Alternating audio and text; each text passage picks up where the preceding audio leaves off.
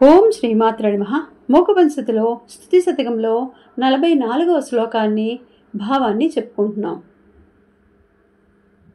సుధాడిండీర శ్రీ స్మితరుచిషుకుండీర విషయం పరిష్కుర్వాణాసౌ పరిహసిత నీలోత్పల రుచి సనాభ్యామానమ్రా సబకయతు మయేకాంక్షితతరం దృశామైసానీనాం సుకృత ఫల పాండిత్య గరిమా.